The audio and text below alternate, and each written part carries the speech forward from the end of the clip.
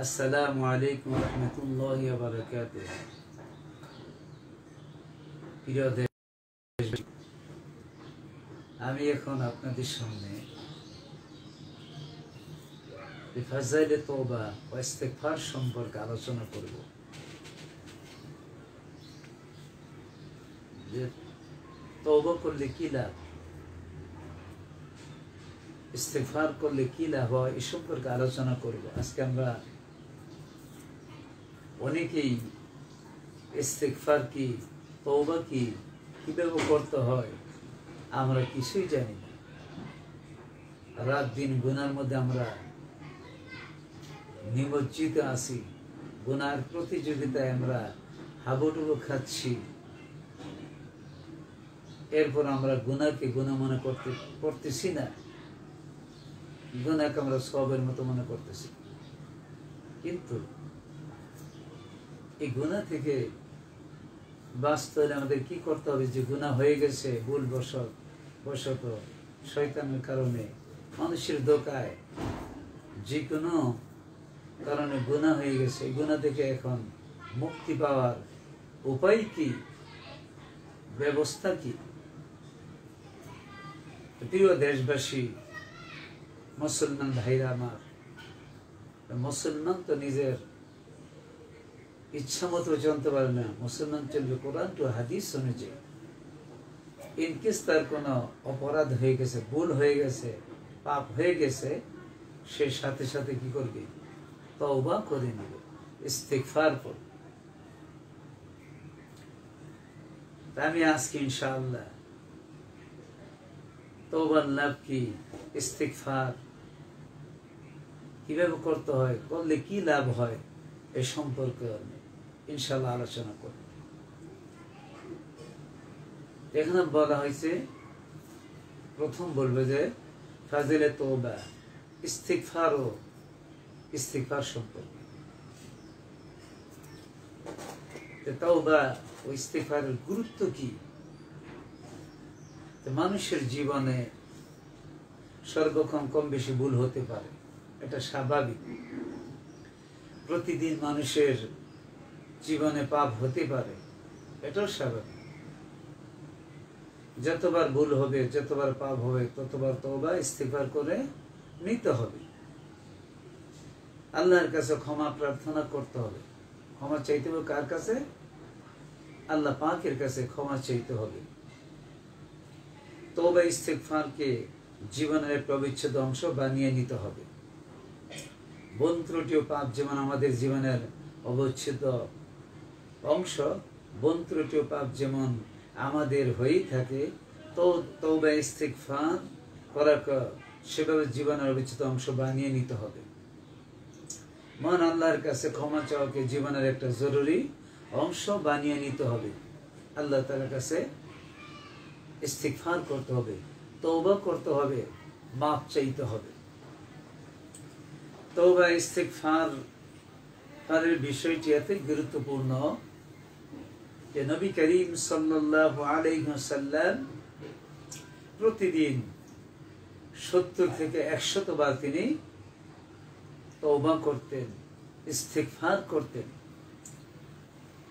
নবী করিম সাল্লাল্লাহু আলাইহি সাল্লাম তিনি নিষ্পাপ ছিলেন, কোনো গুনাহ ছিল না।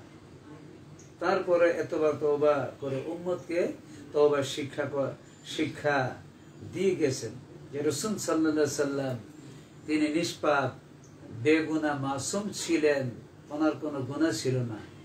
এরপরও বিশ্বনবী জনাবে মুহাম্মদ রাসূলুল্লাহ সাল্লাল্লাহু আলাইহি সাল্লাম প্রতিদিন 70 থেকে 100 বার তিনি ইস্তিগফার করেছেন, তওবা করেছেন। তাহলে বুঝা গেল আমাদের বেশি না কম করা দরকার।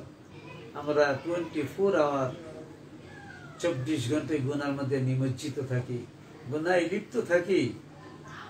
এত গুনাহ করার পর আমরা ইস্তিগফার করি না, তওবা করি না, আল্লাহ তাআলার কাছে আমরা ক্ষমা চাই না, মাফ চাই না, অনুনয় বিনয় প্রকাশ করি না। তা আমাদেরকে প্রতিদিনে তওবা করতে হবে এবং বেশি বেশি তওবা করতে হবে। কার কাছে? আল্লাহ রাব্বুল আলামিনের কাছে আমাদের কি করতে হবে?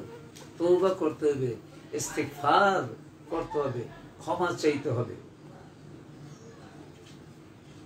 হাদিসে বর্ণিত আছে রাসূল করিম সাল্লাল্লাহু আলাইহি ওয়াসাল্লাম বলেন, আন আবি হুরায়রা রাদিয়াল্লাহু তাআলা قال سمعت رسول الله صلى الله عليه وسلم يقول والله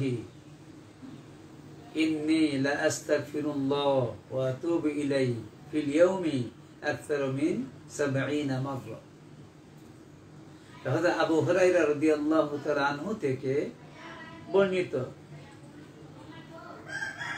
যে আমি রাসূল সাল্লাল্লাহু আলাইহি সাল্লামকে বলতে শুনেছি, আল্লাহর কসম অবশ্যই আমি প্রতিদিন 70 বারের চেয়ে অধিকবার আল্লাহর কাছে তওবা ইস্তিগফার করি। প্রিয় দেশবাসী, মুসলমান ভাইরা আমার, রাসূল করিম সাল্লাল্লাহু আলাইহি সাল্লাম যদি তিনি এইভাবে ইস্তিগফার করেন, তওবা করেন, নিষ্পাপ বেগুনাহ মাসুম হওয়ার পরও, তাহলে আমাদের কত শতবার, হাজারবার, লক্ষবার, কোটিবার রসুল হলেন গুনাহ মুক্ত, আর আমরা হলাম গুনাহ যুক্ত। রসুল হলো পাপ মুক্ত, আমরা হলাম পাপ যুক্ত। তো পাপ যুক্ত হওয়ার কারণে আমাদের তওবা কত শতবার, হাজারবার, লক্ষবার, কোটিবার এভরিডে পড়া দরকার। রসুল নিষ্পাপ বেগুনাহ মাসুম হওয়ার পর তিনি প্রতিদিন কি করতেন? ইস্তিগফার করতেন, তওবা করতেন। রাসূল উম্মতকে শিক্ষা দিয়েছেন যে রাসূল যে আমল করেছে, উনি নিষ্পাপ বেগুনাহ মাসুম হওয়ার পরও আমি দিনে 100 বার আল্লাহ তাআলার কাছে তওবা করি।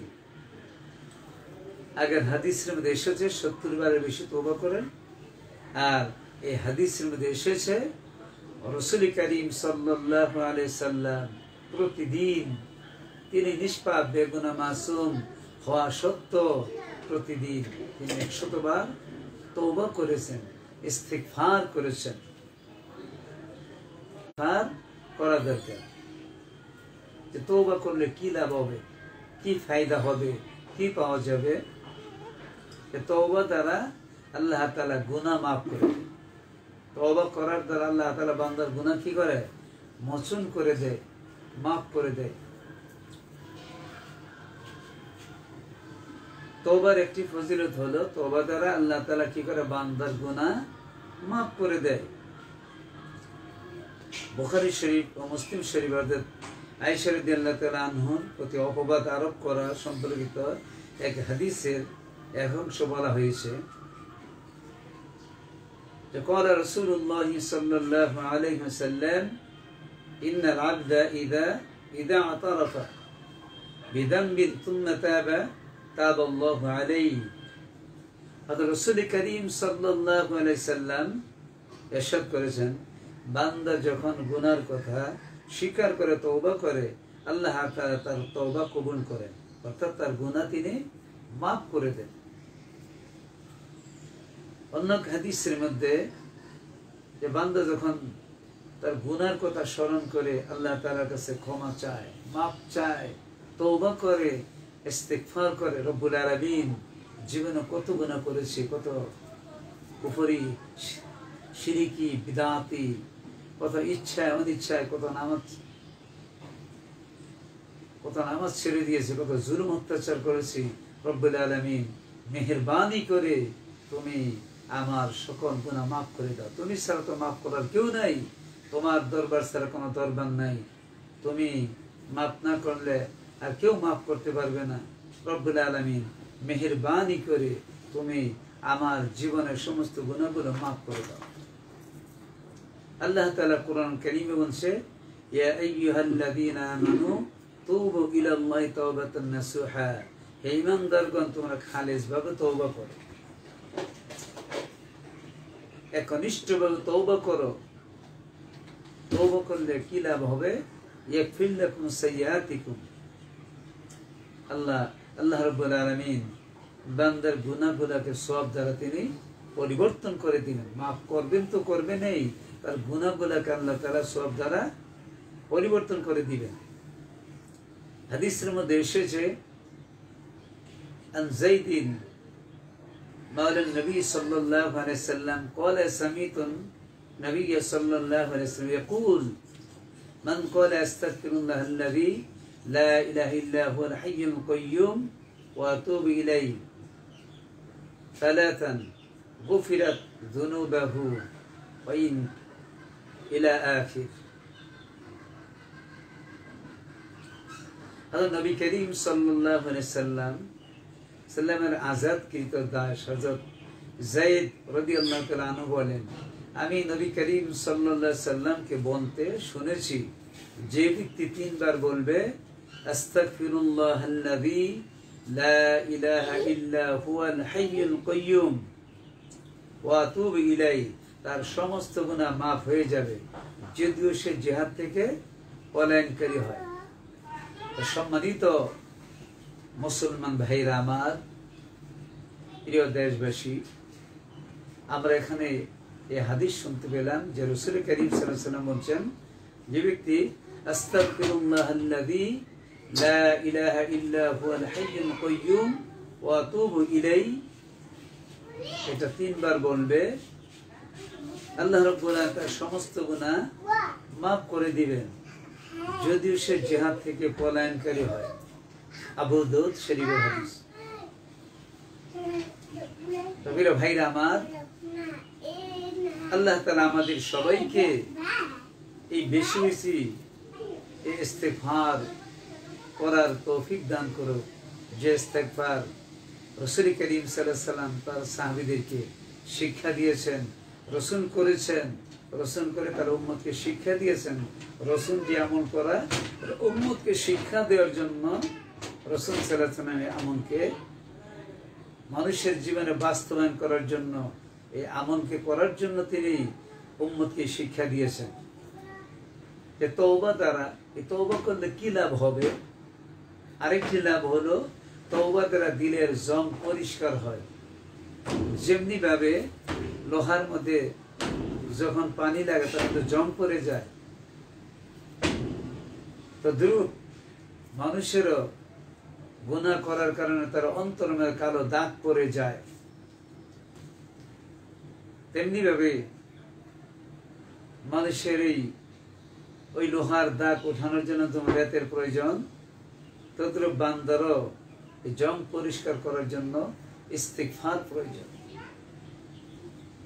তো আবার আরেকটি ফজিলত হলো দিলের জং পরিষ্কার হয়। হাদিসের মধ্যে এসেছে আন আবি হুরায়রা রাদিয়াল্লাহু তাআলা আনহু আর রাসূলুল্লাহ সাল্লাল্লাহু আলাইহি ওয়াসাল্লাম قال إن العبد إذا أخطأ خطيئة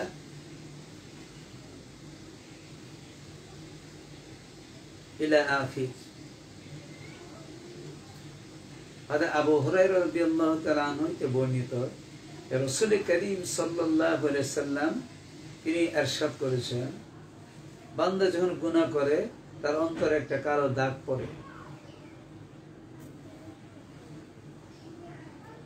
তার দিলের মধ্যে অন্তরের মধ্যে একটা কালো দাগ পড়ে যায়।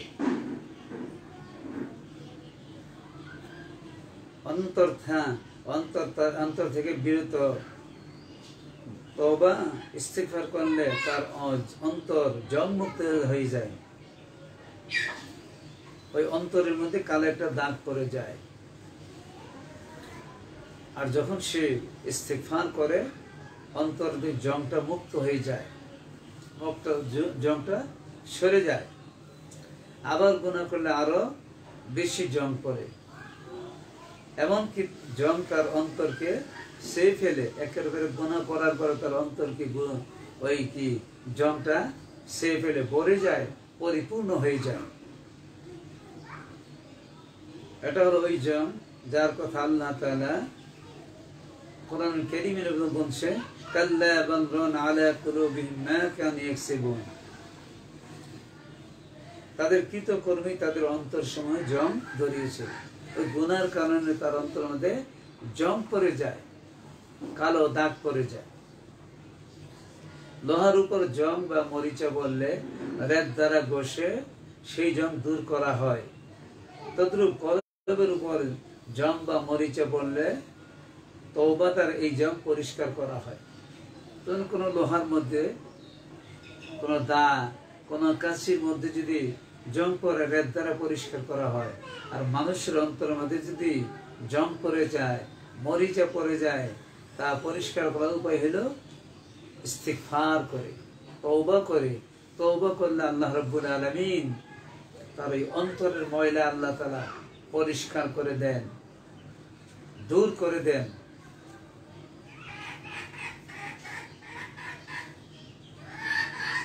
এখন বুঝতে হবে যে কলবের জং কি এবং সেই জং পরিষ্কার না করলে কি ক্ষতি হয়, আর আবিষ্কার করলে কি লাভ হয়।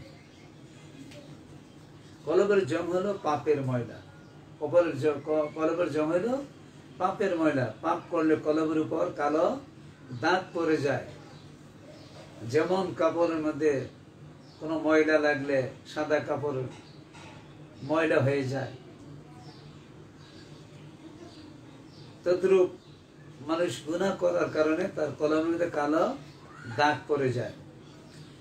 পাপ করতে করতে এবং তার কলবে কালো দাগ পড়তে পড়তে এক সময় তার অন্তর সম্পূর্ণ কালিমা যুক্ত হয়ে যায়, একবারে কালো হয়ে যায়। আর কলবের উদাহরণ হলো একটা কাঁচের পাত্রের মতো। কাঁচের উপর যদি ময়লা থাকে বা কালি দিয়ে লেপানো থাকে, তাহলে ওই কাঁচ ভেদ করে ভিতরে কোনো আলো ঢুকতে পারে না। কাঁচের ভিতরে আলো ঢুকতে হলে কাঁচ পরিষ্কার থাকতে হয়। ময়লা আবর্জনা থাকলে তার ভিতরে আলো ঢুকতে পারে না, আলো বাধাগ্রস্ত হয়। আলো কি হয়? বাধাগ্রস্ত হয়। আর যত কাঁচ যত পরিষ্কার ঝকঝকে থাকে, তার মধ্যে আলো তো একটি বেশি ঢুকতে পারে। কলবের অবস্থা সেম ওই রকম। কলব পরিষ্কার পরিচ্ছন্ন থাকলে তার মধ্যে আলো ঢুকবে।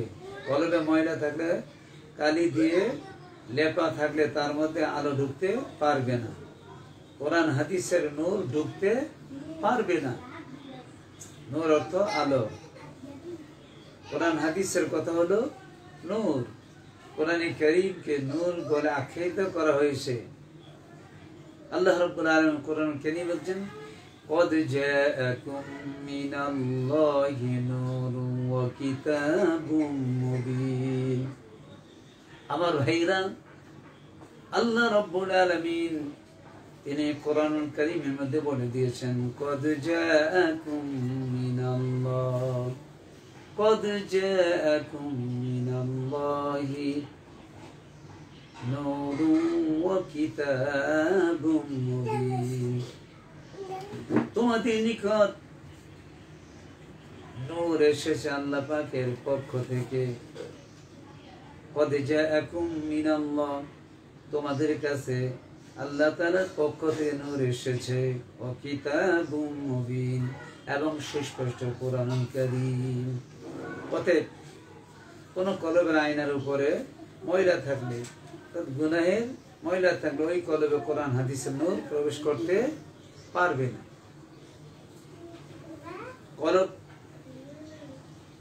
কলব থাকবে অন্ধকার, ওই অন্ধকারে কোরআন হাদিসের কোনো কথার আসন স্বরূপ তার কাছে পরিষ্কার হবে না, বুঝে আসবে না। এই জন্য দেখা যায় কোরআন হাদিসের কথা শুনলে নেককার লোকদের ভালো বুঝে আসে। যারা নেককার, খোদা বিরু, আল্লাহওয়ালা, গুনাহ থেকে মুক্ত, এরা কোরআনের কথা হাদিসের কথা শুনলেই তাদের বুঝে আসে, তাদের অন্তর ভয়ে কম্পিত হয়ে যায়, তাদের অস্পষ্টতা কেটে যায়। কিন্তু পাপীদের ভালোভাবে বুঝে আসে না। যারা গুনাহে লিপ্ত, যারা কোরআন মানি না, হাদিস মানি না, এদের কাছে কোরআন পড়লে ভালো লাগে না। আর যারা কোরআন পড়া, হাদিস পড়ে, গুনাহ থেকে মুক্ত থাকে, এরা কোরআন হাদিসের কথা শুনলেই তাদের মনটা নরম হয়ে যায়, মনটা অন্যরকম হয়ে যায়। কিন্তু পাপীদের ভালোভাবে বুঝে আসে না, তাদের অস্পষ্টতা কাটে না। এর কারণ একটাই, তাহলে পাপের ময়লা তাদের কলবের আয়নাকে আচ্ছন্ন করে রেখেছে, পাপের ময়লা তাদের অন্তরকে আচ্ছন্ন করে রেখেছে। ফলে কোরআন হাদিসের কথা তাদের অন্তরে ঢুকে না, কোরআন হাদিসের নূর ভিতরে প্রবেশ করে না।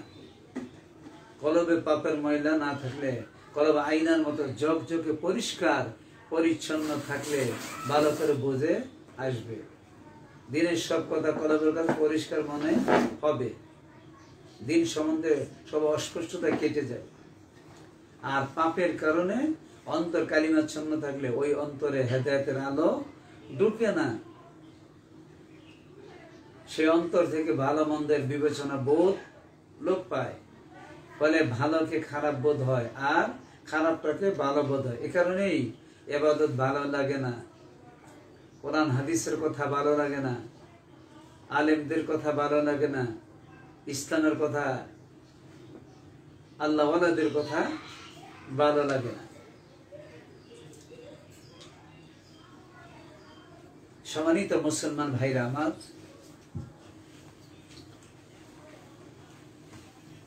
ইবাদতে মজা বোধ হয় না, তার কারণ ওই আমার অন্তরে ময়লা থাকার কারণে, গুনাহ করার কারণে অন্তর ময়লা অন্ধকারাচ্ছন্ন হয়ে গেছে।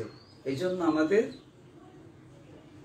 মনে ইবাদত করার আগ্রহ সৃষ্টি হয় না, শুধু গুনাহ করার, পাপ করার আগ্রহ সৃষ্টি হয়। রাসূল করিম সাল্লাল্লাহু আলাইহি সাল্লাম এক হাদিসের মধ্যে তিনি বলে দিয়েছেন, হাত্তা তাসিরু আলা কলবাইনি আলা আলা আবিয়াদ মিথলা সফা ইলা আখির। তিনি হাদিসের মধ্যে বলছেন যে মানুষের কলব দুই ধরনের হয়, দুই ধরনের। এক ধরনের কলব সেই সব পাপ থেকে দূরে থাকার কারণে কালিমাচ্ছন্ন হবে না, বরং ঝকঝকে মসৃণ পাথরের মতো থাকবে। সে পাপ থেকে মুক্ত থাকার কারণে তার অন্তরটা কি আয়নার মতো স্বচ্ছ, পরিষ্কার, নিখুঁত, কোনো স্পট নাই। আর আরেক ধরনের কলব সেই সব পাপে জর্জিত হওয়ার কারণে কালো হয়ে যাবে। সেই সব অন্তর ভালোকে ভালো এবং মন্দকে মন্দ বলে বুঝতে সক্ষম হবে না, বরং শুধু খায়সাতে নাফসানিটাই বুঝবে। সুতরাং মুসলমান ভাইরা আমার, আমাদেরকে পাপ থেকে বিরত থাকতে হবে, পাপ থেকে মুক্ত থাকতে হবে, পাপ থেকে দূরে থাকতে হবে। আমরা সবাই জানি কোনটা পাপ, কোনটা সোয়াব, কোনটা নেক জানি, কিন্তু মানি না। এসব হাদিসে পাপের কারণে কলবে কালো দাগ পড়ে যাওয়ার কথা, কলবের অন্তর অন্ধকার হওয়ার কথা এবং তার কারণে কি কি ক্ষতি হয় তার বর্ণনা প্রদান করা হয়েছে এই হাদিসের মধ্যে। কলবের সেই কালো দাগ তথা কলবের জংকে দূর করার উপায় হলো তওবা ইস্তিগফার করা। তওবা এবং ইস্তিগফার করার দ্বারা আল্লাহ তাআলা তার গুনাহ মাফ করে দেয়। আর গুনাহ মাফ করার কারণে তার অন্তরের মধ্যে যে কালো দাগ থাকে ওই কালো দাগটা কেটে যায়, দূরে সরে চলে যায়, আল্লাহ তাআলা দূর করে দেন। তওবা ইস্তিগফার দ্বারা কলবের জং দূর হবে। আর কলবের জং দূর হলে কোরআন হাদিসের নূর ভিতরে প্রবেশ করবে। দিনের সব কথা কলবের কাছে পরিষ্কার মনে হবে, দিন সম্বন্ধে সব অস্পষ্টতা কেটে যাবে। ইবাদত করবে, ইবাদত করলে ভালো লাগবে, ইবাদত বন্দেগীতে সে মজা বোধ অনুভব করবে। আর বর্তমানে এখন আমরা গুনাহ করার কারণে ইবাদত আমরা মজা পাই না, তাসবিহ তাহলিলে মজা পাই না, জিকির আজকারে মজা পাই না, কোরআন তেলাওয়াত করতে আমরা মজা পাই না। মূল কারণ একটাই, গুনাহ করার কারণে আমাদের অন্তর কালিমাচ্ছন্ন হয়ে গেছে, অন্তর কালো হয়ে গেছে।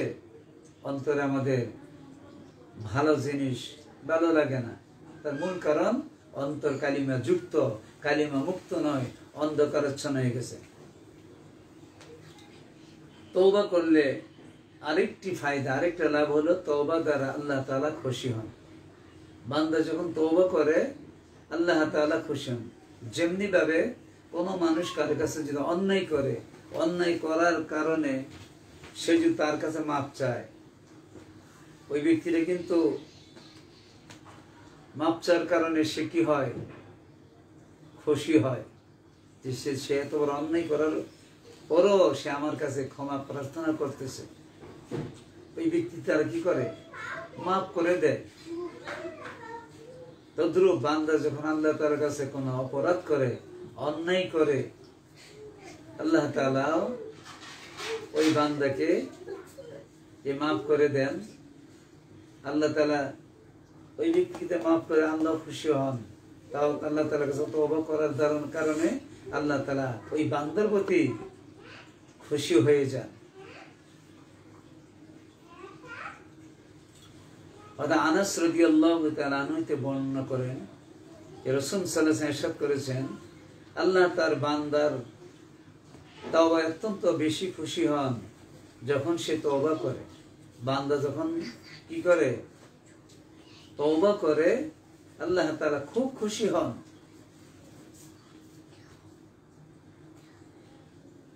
সেই ব্যক্তির চেয়েও বেশি খুশি হন যার সওয়ারি থাকে নির্জন মরুভূমিতে। যে সওয়ারিতে থাকে তার খাদ্য পানি অথবা সে সওয়ারি পালিয়ে যায়, তখন সে সওয়ারি পাওয়া থেকে নিরাশ হয়ে একটি বৃক্ষের কাছে এসে তার ছায়ায় শুয়ে পড়ে। এমত অবস্থায় হঠাৎ সে তার সওয়ারিকে তার কাছে দণ্ডায়মান দেখতে পায়, দাঁড়ানো অবস্থায় দেখতে পায়। সে সওয়ারির লাগাম ধরে আনন্দের আতিশয্যে বলে ওঠে, হে আল্লাহ, তুমি আমার গোলাম, আমি তোমার খোদা। প্রচন্ড আনন্দে সে এরূপ ভুল বলে ওঠে। কেন প্রকৃতপক্ষে কথাটি হবে এরূপ, হে আল্লাহ, তুমি আমার খোদা, আমি তোমার গোলাম। যার বর্ণনা মুসলিম শরীফের মধ্যে এসেছে যে আল্লাহ তাআলা কত খুশি হন কোন বান্দার কোন সওয়ারি যদি তার খাদ্য সহকারে পানি সহকারে হারিয়ে যায়, পাইলে যেমন খুশি, তার চেয়ে বেশি খুশি হয় বান্দা যখন আল্লাহ পাকের দরবারে তওবা করে, ইস্তেগফার করে, অনুনয় বিনয় প্রকাশ করে, ক্ষমা প্রার্থনা করে। ওই বান্দার থেকে আল্লাহ তাআলা বেশি খুশি হন যেই বান্দা গুনাহ করার পরও আল্লাহ পাকের দরবারে তওবা করে। আল্লাহ তাআলা কোরআন কারীমে বলেন, লা তাকনাতু মির রাহমাতিল্লাহ ইন্নাল্লাহা ইয়াগফিরুয যুনুবা জামিআ ইন্নাহু হুয়াল গফুরুর রহিম।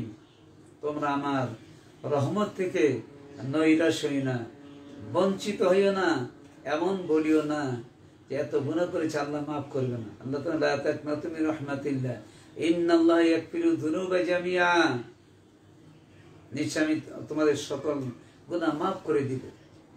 দাহিয়াতুল কলবি রাদিয়াল্লাহু তাআলা আনহু নিজের মেয়েকে নিজ হাতে কবর দিয়েছে, নিজ হাতে হত্যা করেছে। একদিন রাসূল করিম সাল্লাল্লাহু আলাইহি সাল্লামের দরবারে আয়েশা কাঁদতেছেন। আর হাদিসের মধ্যে আসছে, দাহিয়াতুল কলবি রাদিয়াল্লাহু তাআলা আনহুর আকৃতি ধারণ করে, সুরত ধারণ করে, চেহারা ধারণ করে হযরত জিবরিল আলাইহিস সালাম আল্লাহর নবীর এখানে ওহী নিয়ে আসতেন।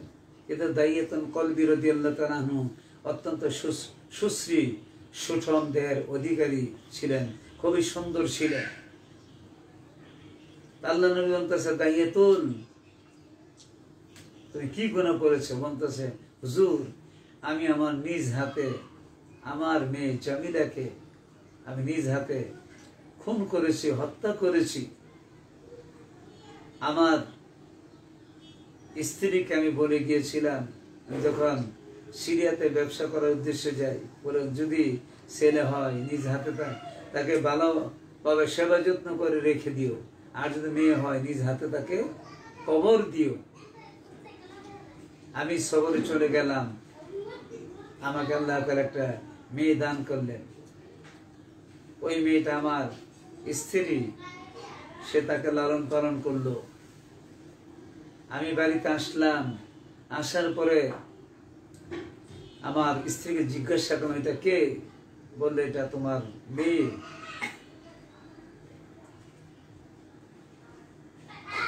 আমাকে বললো যে তাকে নিজ হাতে হত্যা করলে না, তো দেখো তার চেহারার মধ্যে তোমার চেহারার মিল রয়েছে। আমি মা তাকে হত্যা করতে পারি নাই। তো দাহিয়াতুল কলবি রাদিয়াল্লাহু তাআলা আনহু বললেন, তাকে ভালো কাপড় পরাই দাও, তার নানার বাড়িতে বেড়াইতে নিয়ে যাবো। রওনা হয়ে গেল পাহাড়ের দিকে, সাথে করে একটি অস্ত্র নিয়ে গেল, একটি খন্তা।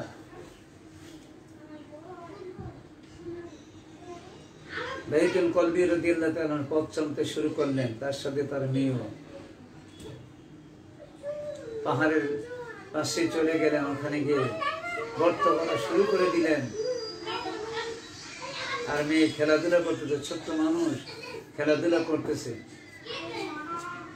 মেয়ে আইসা কিছুক্ষণ পর আইসা এসে বলতো, আব্বা যান এখানে কি করতেছ? দাড়িতে মাটি লেগে গেল। এরপর আমার মাটিগুলা, আমার কলিজার টুকরা মেয়ে মাটিগুলা সরাই দিচ্ছে। আব্বু তোমার দাড়িতে মাটি লেগে গেছে।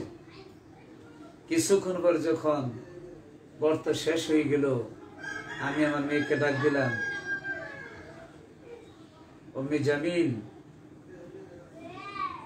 এসো দেখা যাও, গর্তের ভিতর জানি কি দেখা যায়।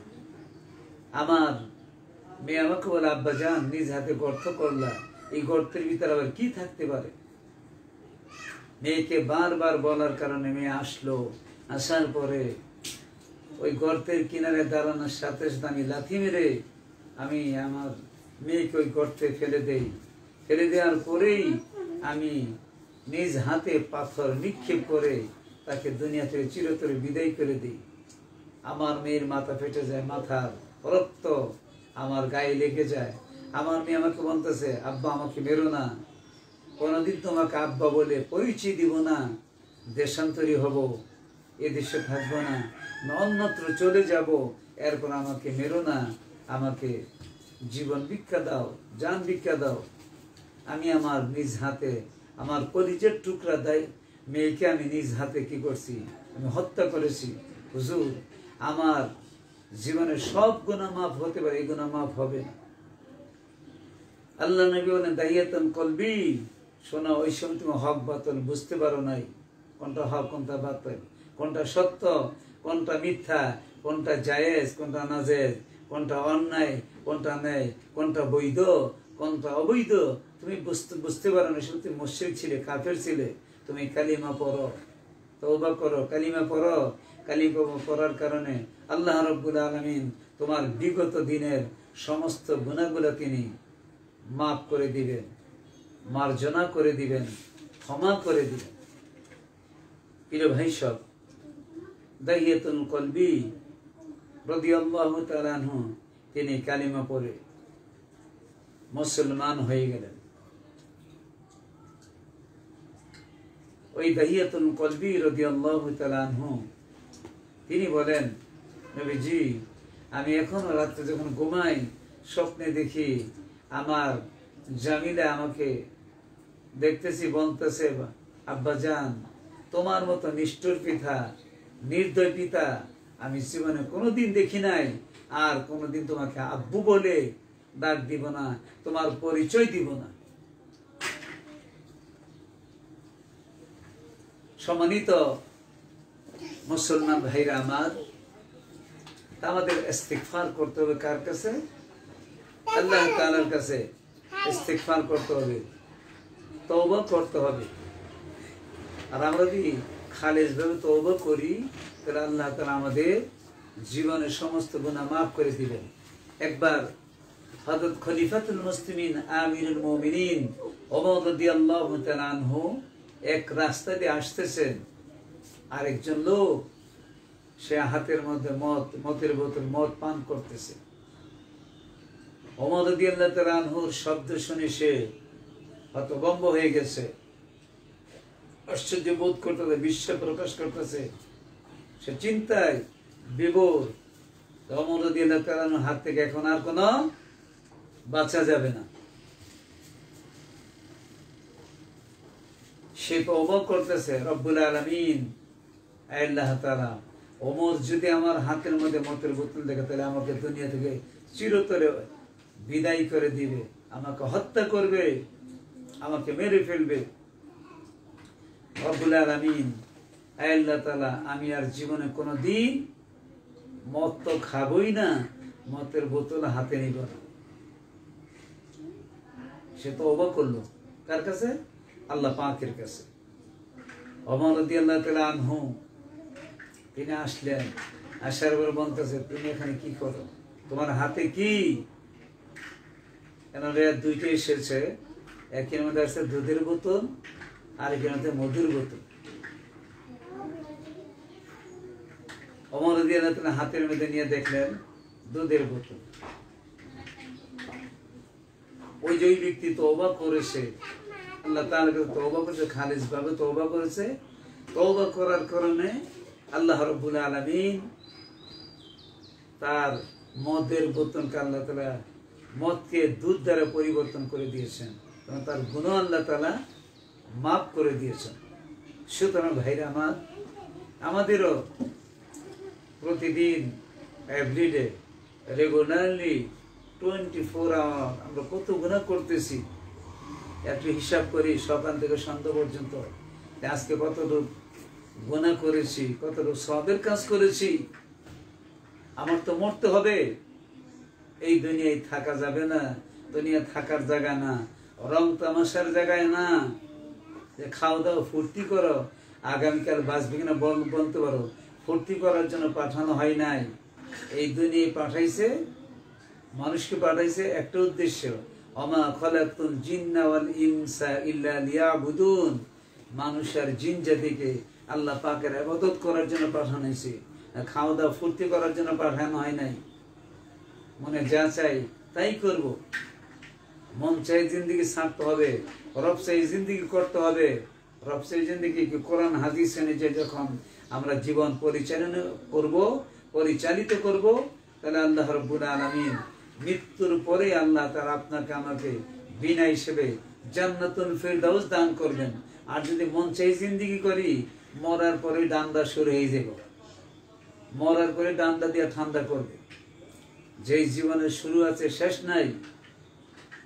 সম্মানিত মুসলমান ভাইরা আমার, এই জন্য আমাদেরকে প্রতিদিন ইস্তেগফার করতে হবে, তওবা করতে হবে। রাসূল যেমন রেগুলারলি এভরিডে প্রতিদিন 70 থেকে 100 বার তওবা করেছেন, আমাদের হাজার হাজার বার তওবা করা উচিত।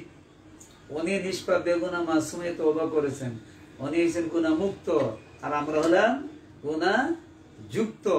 তো গুনাহ যুক্ত ওয়ালাদেরকে বেশি তওবা করা দরকার না কম করা দরকার? আল্লাহ পাক আমাদের সবাইকে বেশি বেশি তওবা করার তৌফিক দান করুন।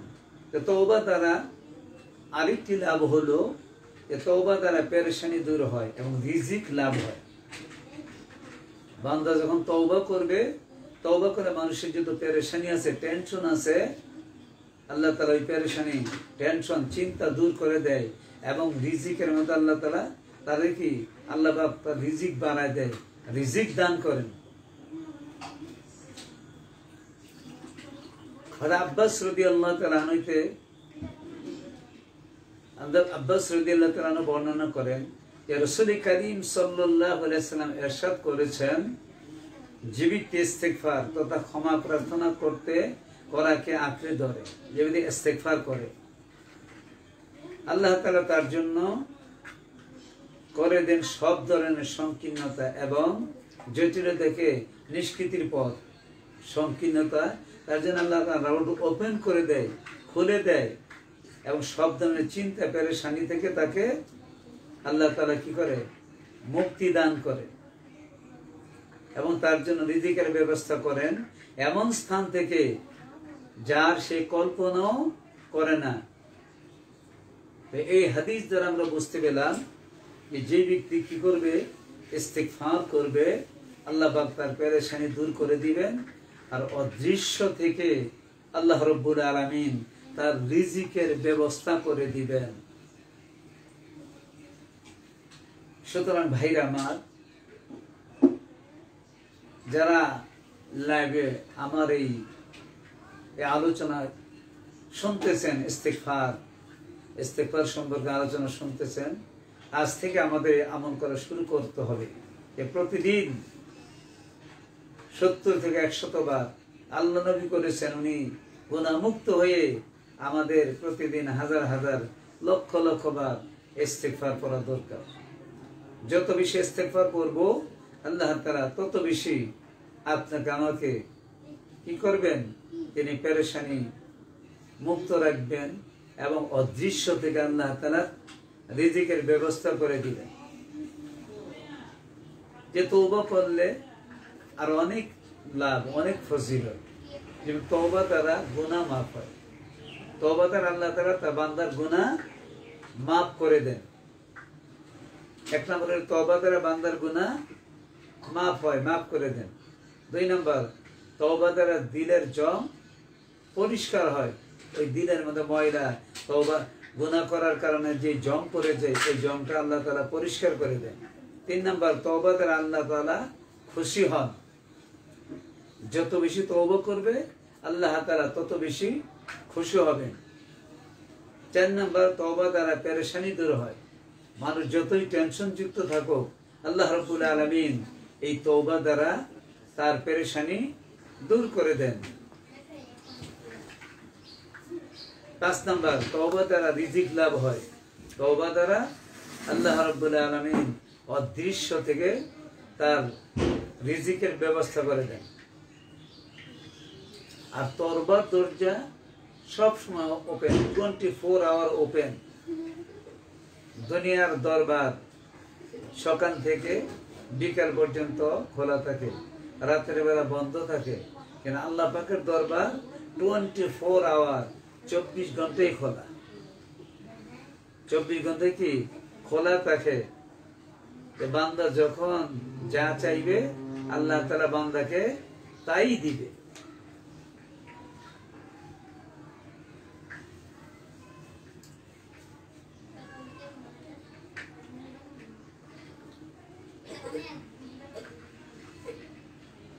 কবি বলছেন যে আমার এই দরবার হতাশ হওয়ার দরবার নয়, যে আমার এই দরবারটা হতাশ হওয়ার দরবার নয়। শতবার যদি তওবা ভঙ্গ করে থাকো তবু ফিরে আসো, তবু ফিরে আসো। 1000 বার তওবা করেছো, তওবা ভঙ্গ করেছো, ফিরে আসো। এখানে 100 বার বলে, ঠিক 100 বার বোঝানোর উদ্দেশ্য নয়, বরং বোঝানো হয়েছে যত বেশিবারই অপরাধ করে থাকো না কেন তোমার জন্য তওবার দরজা বন্ধ নয়, বরং খোলা। আল্লাহ তাআলার কাছে তওবা করো।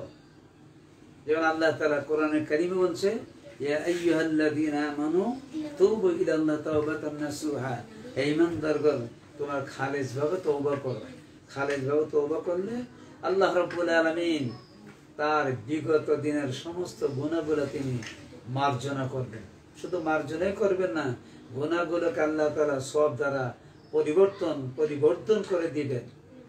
সুবহানাল্লাহি বিহামদিহি সুবহানাল্লাহিল আযীম। আল্লাহ ইজ মার্সিবল, আল্লাহ ইজ কাইন্ড, আল্লাহ কত দয়ালু।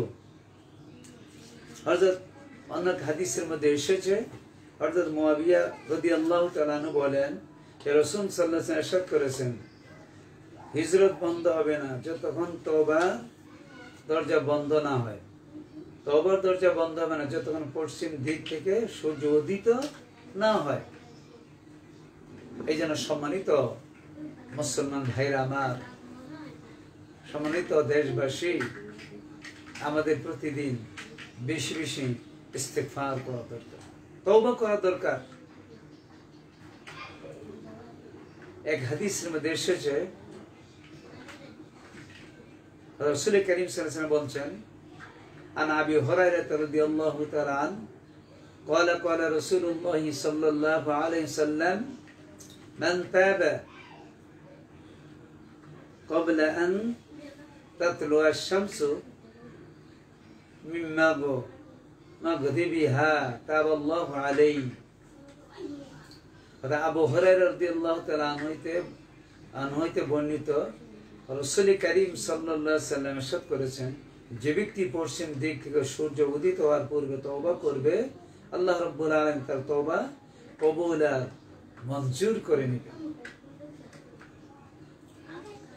অন্য হাদিসের মধ্যে আবু সাঈদ খুদরি রাদিয়াল্লাহু তাআলা আনহু বলেন যে রাসূল সাল্লাল্লাহু আলাইহি ওয়াসাল্লাম ইরশাদ করেছেন, শয়তান পরওয়ারদিগারকে বলেছিল, হে প্রতিপালক, হে আমার পালনকর্তা, তোমার বান্দাদেরকে আমি বিভ্রান্ত করতেই থাকবো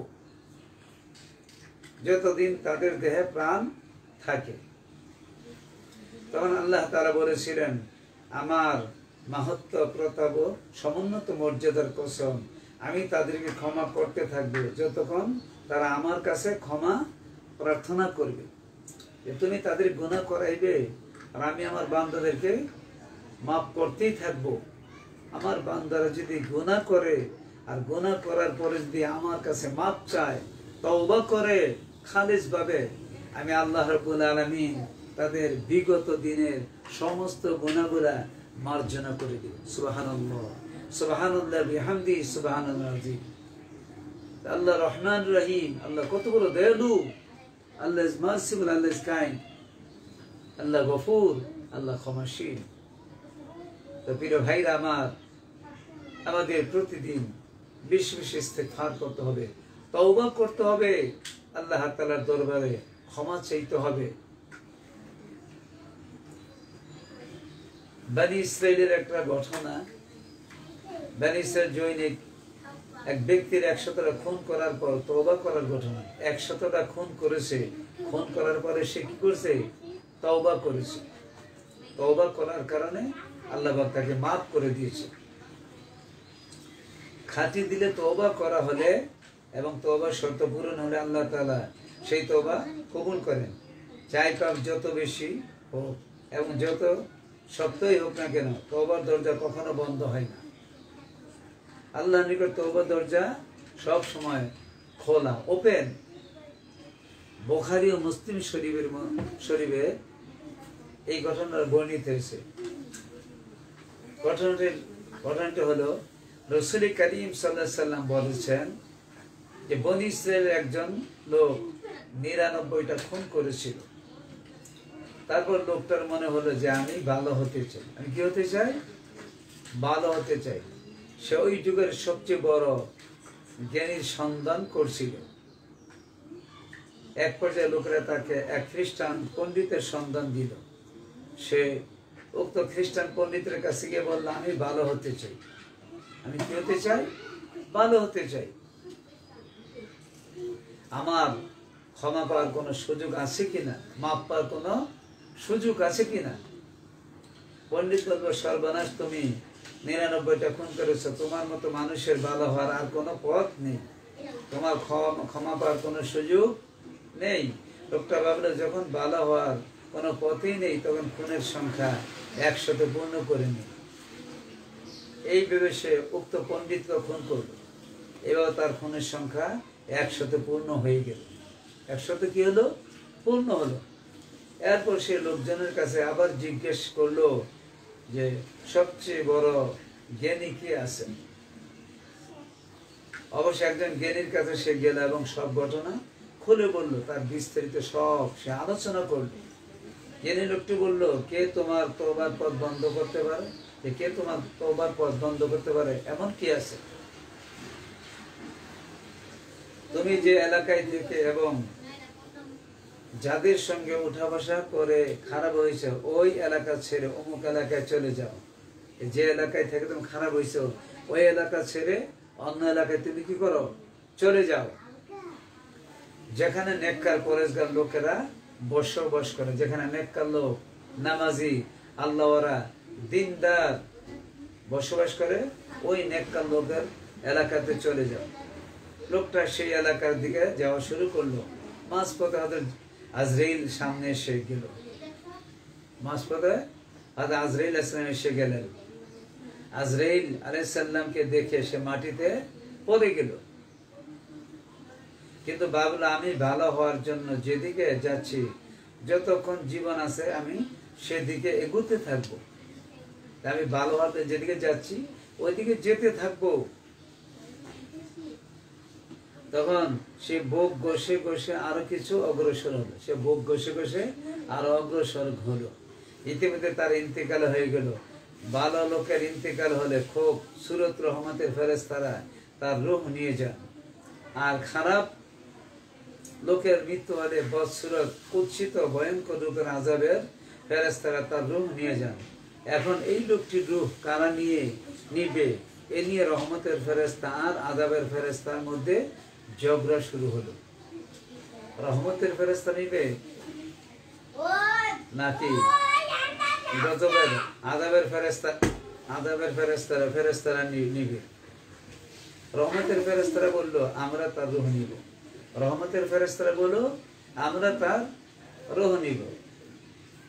সে তওবার উদ্দেশ্যে এসেছিল। সে কি উদ্দেশ্যে ছিল? তওবার উদ্দেশ্যে, তওবা করার জন্য সে কি এসেছিল। অতএব তাকে ভালো বলে গণ্য করতে হবে। সুতরাং তাকে ভালো বলে গণ্য করতে, তার কারণ সে তওবা করার উদ্দেশ্যে এখানে এসেছিল।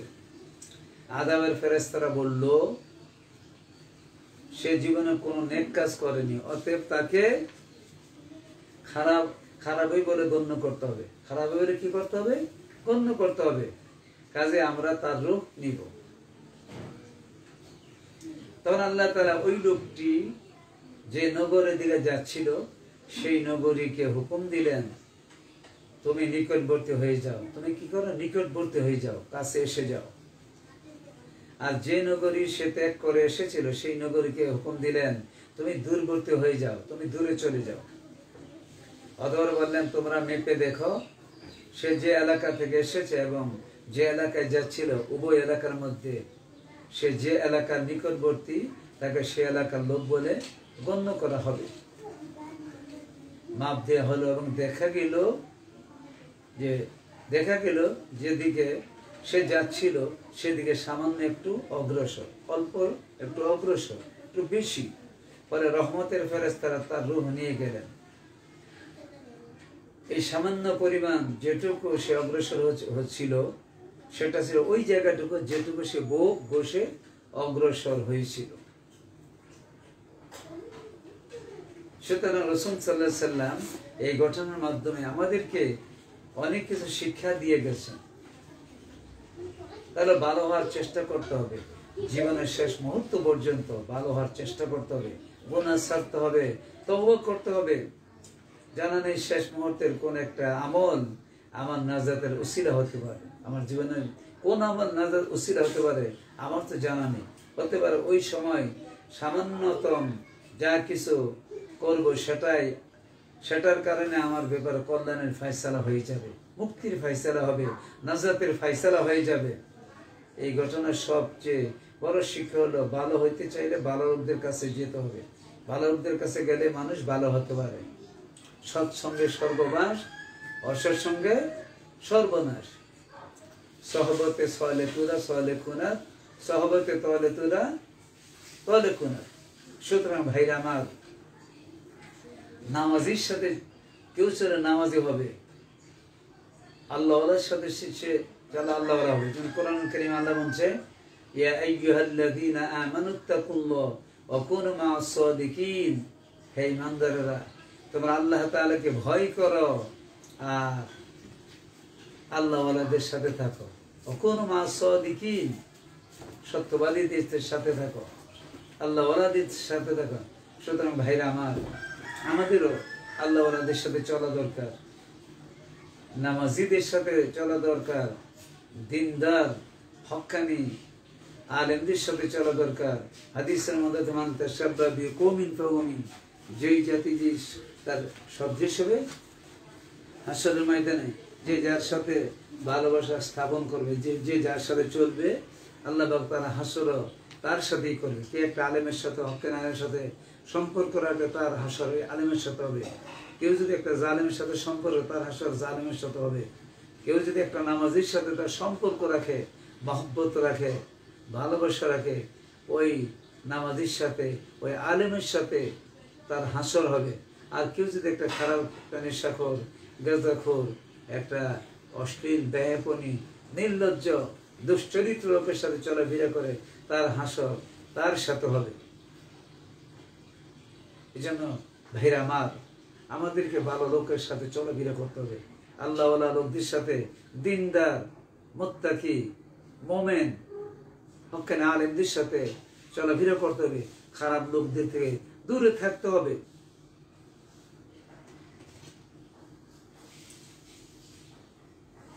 ইস্তিগফার, এই যে তওবা, তওবা করার শর্ত, খাঁটি তওবা ইস্তিগফার করার জন্য হলো ইস্তিগফার, তওবা একটি।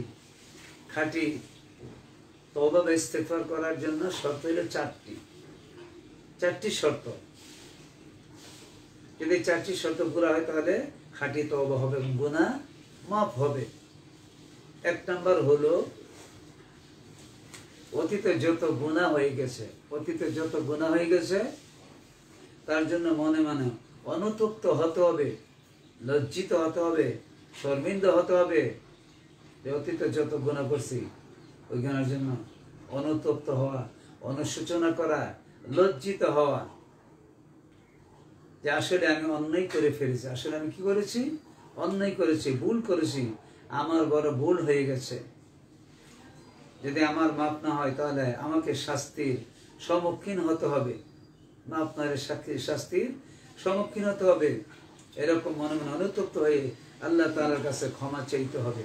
গুনার জন্য মনে মনে অনুতপ্ত না হয়ে শুধু হুকুমের উপর থেকে মুখে মুখে তওবার শব্দ বললে খাঁটি তওবা হয় না। তাহলে এক নাম্বার হলো কি, গুনার জন্য কি, অতীতের গুনার জন্য অনুতপ্ত, অনুশোচনা, লজ্জিত হওয়া। দুই নাম্বার, যে গুনাহ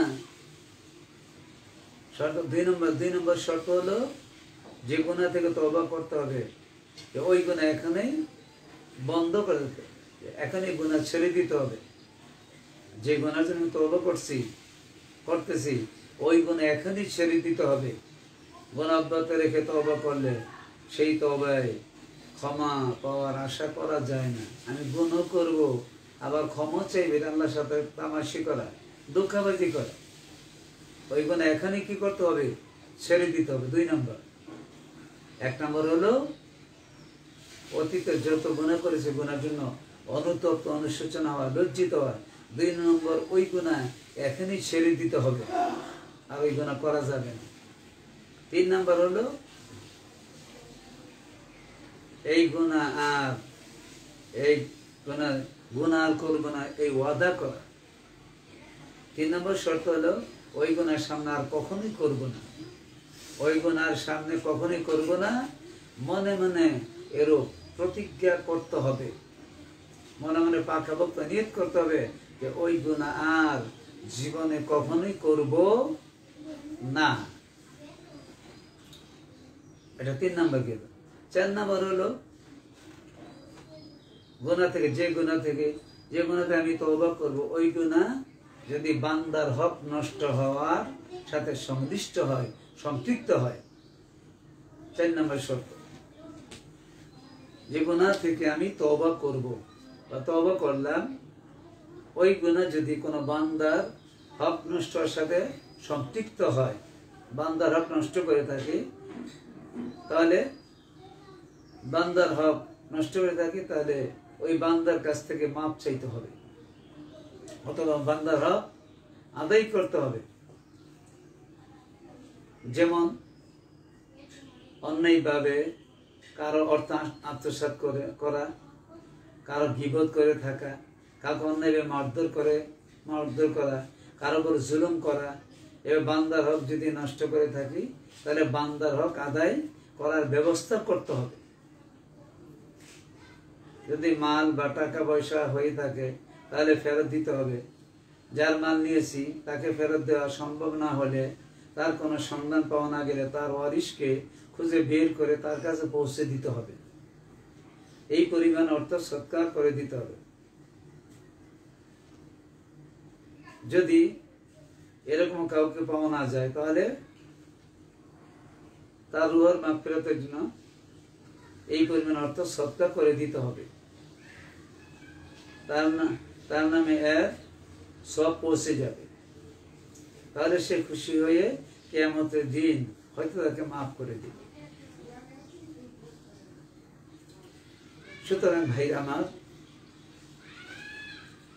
এই 4টে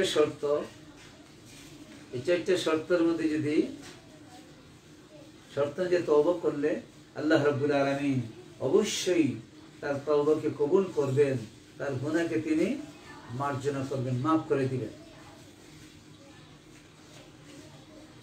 যে কাউকে কষ্ট দিয়ে থাকলে তার থেকে মাপ চেয়ে নিতে হবে। কাউকে কষ্ট দিয়ে তাকে মাপ চেয়ে নেবেন। বান্দার হক নষ্ট করে থাকলে বান্দাকে রাজি খুশি করার ব্যবস্থা করতে হবে।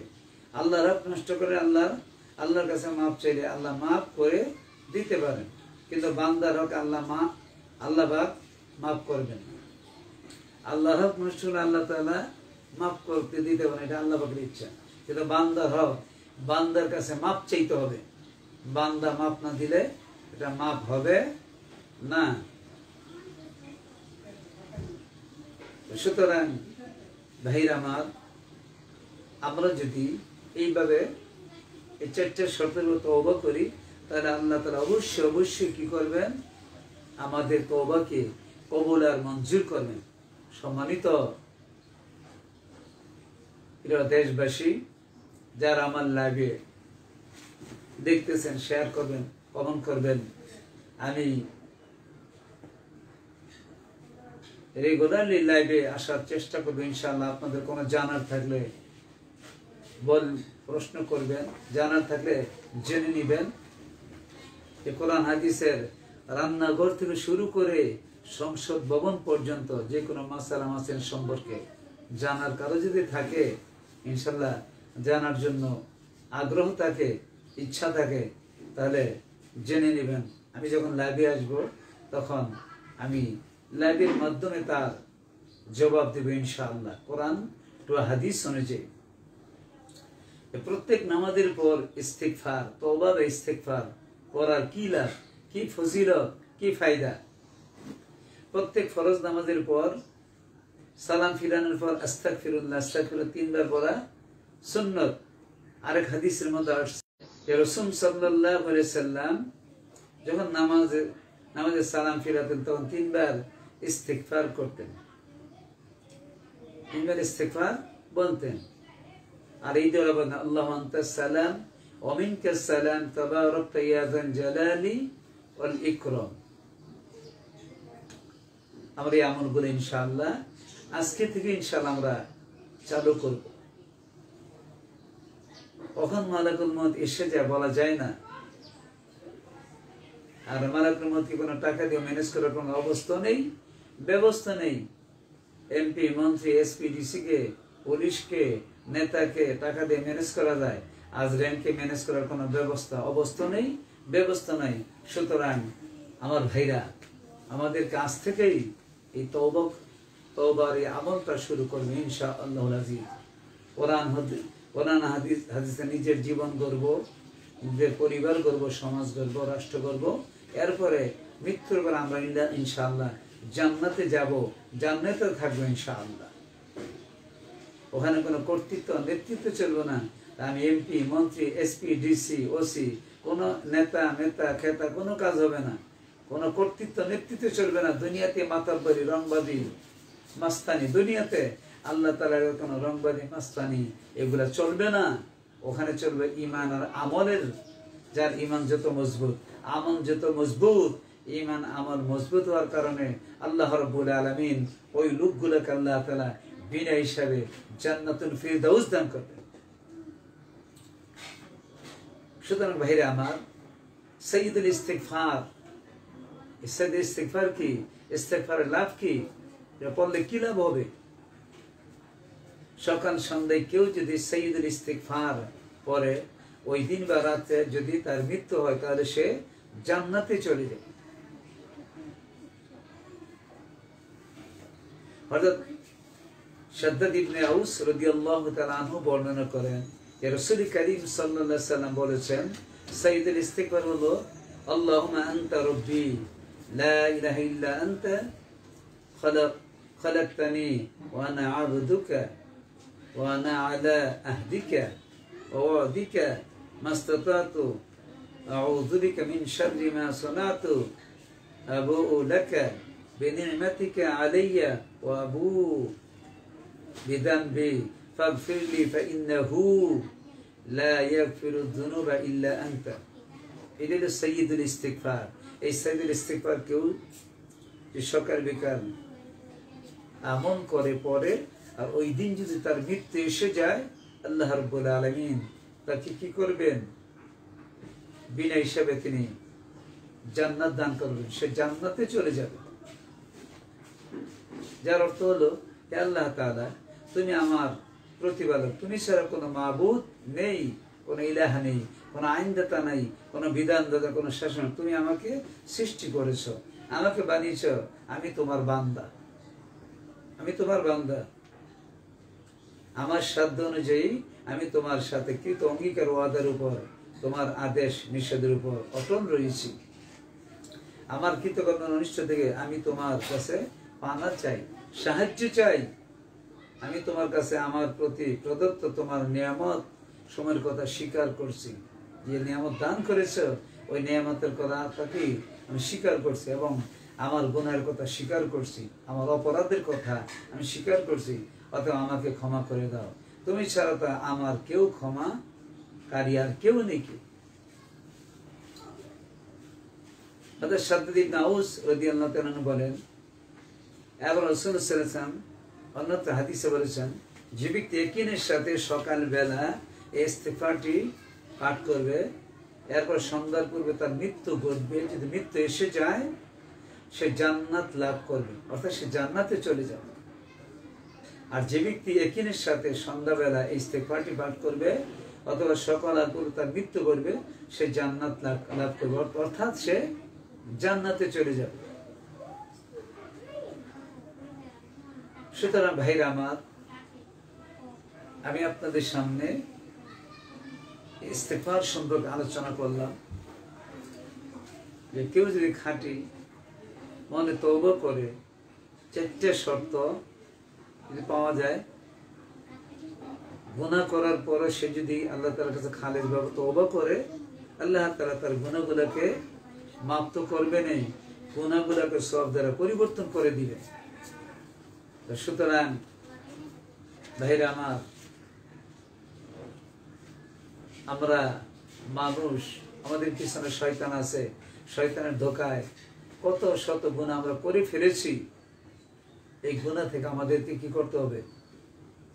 তওবা করতে হবে, মাপ চাইতে হইব। অতীতের যত গুনাহ হয়েছে তওবা কবুলের জন্য যে শর্ত 4টা বলা হয়েছে, প্রথম কি? অতীতের গুনার জন্য লজ্জিত শর্মিন্দা হতে হবে, অনুতপ্ত অনুশোচনা করতে হবে। নাম্বার 2 নাম্বার, ওই গুনাহ এখনই ছেড়ে দিতে হবে। নাম্বার 3, জীবনে ওই গুনাহ করব না, এই ওয়াদা করা, এই অঙ্গীকার করা। আর বান্দার হক নষ্ট করে থাকলে বান্দার কাছ থেকে মাপ চেয়ে নিতে হবে। যেমন বান্দা জুলুম করেছে, কারো টাকা আত্মসাৎ করেছে, কারো গীবত শিকায়ত করেছে, কারোকে পিটিয়েছে, কারো অর্থ সম্পদ জমিন জবরদখল করে রেখে দিয়েছে, বলে ছেড়ে দিতে হবে। আল্লাহর হক নষ্ট করে থাকলে আল্লাহর কাছে মাপ চেয়ে নিতে হবে। এই 4টে শর্ত অনুযায়ী যদি কেউ তওবা করে, আল্লাহ রাব্বুল আলামিন তার অতীতের সমস্ত গুনাহগুলা তিনি মার্জনা করে দিবেন। শুধু মার্জনাই করবেন না, আল্লাহ রাব্বুল আলামিন গুনাহ মাফ করে গুনাহগুলাকে সওয়াব দ্বারা পরিবর্তন করে দিবেন। তো প্রিয় দেশবাসী, প্রিয় মুসলমান ভাইরা আমার, আসুন আমরা আজ থেকেই অতীতের গুনাহের জন্য আমরা তওবা করি, আর ভবিষ্যতে খালেস ভাবে তওবা করি। আমার গুনাহ আর করব না, ওই গুনাহ থেকে বিরত থেকে আমরা বাকিটা জীবন গুনাহমুক্ত জীবন যাপন করে যাতে আমরা জান্নাতুল ফেরদাউসের অধিকারী হতে পারি। আমরা আসুন আজ থেকে এই প্রতিজ্ঞা করি, এই ওয়াদা করি, এই অঙ্গীকার করি। আল্লাহ রাব্বুল আলামিন আপনাকে আমাকে সমস্ত মুসলমানদেরকে আল্লাহ তাআলা তাদের কি করবেন, যারাই এই তওবা করবে ইস্তেগফার, আল্লাহ তাআলা তাদেরকে মাফ করে দিবেন। আসুন আর দেরি নয়, আজ থেকে আমরা আমল শুরু করে দেই। আল্লাহ পাক আমাদের সবাইকে ইস্তেগফার করে আমাদের অতীতের গুনাহ থেকে মুক্ত হওয়ার তৌফিক দান করুন। আমিন। ওয়া আখিরু দাওয়ানা আনিল হামদুলিল্লাহি রাব্বিল